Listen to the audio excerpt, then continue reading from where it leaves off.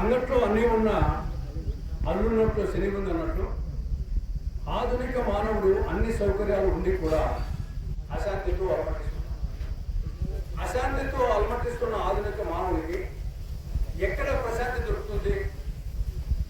సీతారామస్వామి లాంటి దేవాలయాల దగ్గర, ఇటువంటి భాగవత సప్తాహం లాంటి కార్యక్రమాల వద్ద, ఇటువంటి భాగవతోత్తములు భక్తాగ్రేసులతో సమాలోచనలు చేసినప్పుడు అశాంతితో అలమటిస్తున్న ఆధునిక మానవుడికి ప్రశాంతి.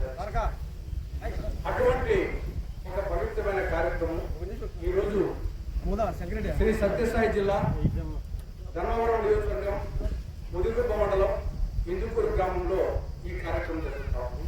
భాగవత దేవరకోన హరిహర క్షేత్ర భాగవత సమాజం ఆధ్వర్యంలో ఈ కార్యక్రమం జరుగుతూ ఉంది. పురాణ ఇతిహాసాలు మన సమాజానికి నిత్య దిశూచికలు. రామాయణం ఒక ఆదర్శ శాస్త్రం అయితే, భారతం ఒక ధర్మశాస్త్రం అయితే, మహాభాగవతం ఒక మోక్ష శాస్త్రం.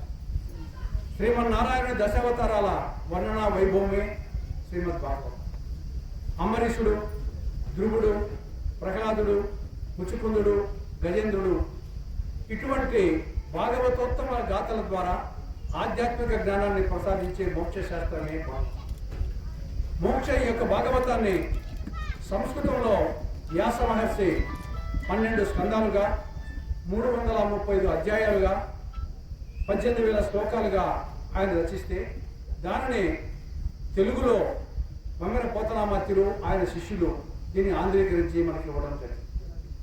భాగవతాన్ని వారం రోజుల పాటు భక్తితో చదివిన విన్న మోక్ష ప్రాప్తి కలుగుతుందని ప్రతీతి.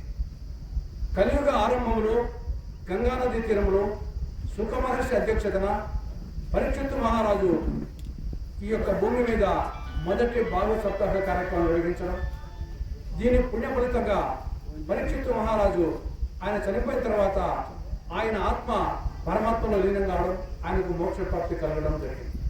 అటువంటి పరమ పవిత్రమైనటువంటి కార్యక్రమాన్ని ఈరోజు ఇందుకూరు గ్రామంలో ఈ యొక్క దేవరకోన హరిహర క్షేత్ర భాగవత సమాజం ఆధ్వర్యంలో ఇంతమంది భాగవతోత్తముల సమక్షంలో జరుగుతూ ఉంది. చాలా అభినందనీయం. ఈ యొక్క కార్యక్రమం ద్వారా ఈ చుట్టుపక్కల ప్రాంతాలకు ఈ యొక్క ప్రశాంతి సౌరభాలు ప్రసరించాలని నేను హృదయపూర్వకంగా విజ్ఞప్తి చేస్తూ సెలవు చేసుకుంటున్నాను.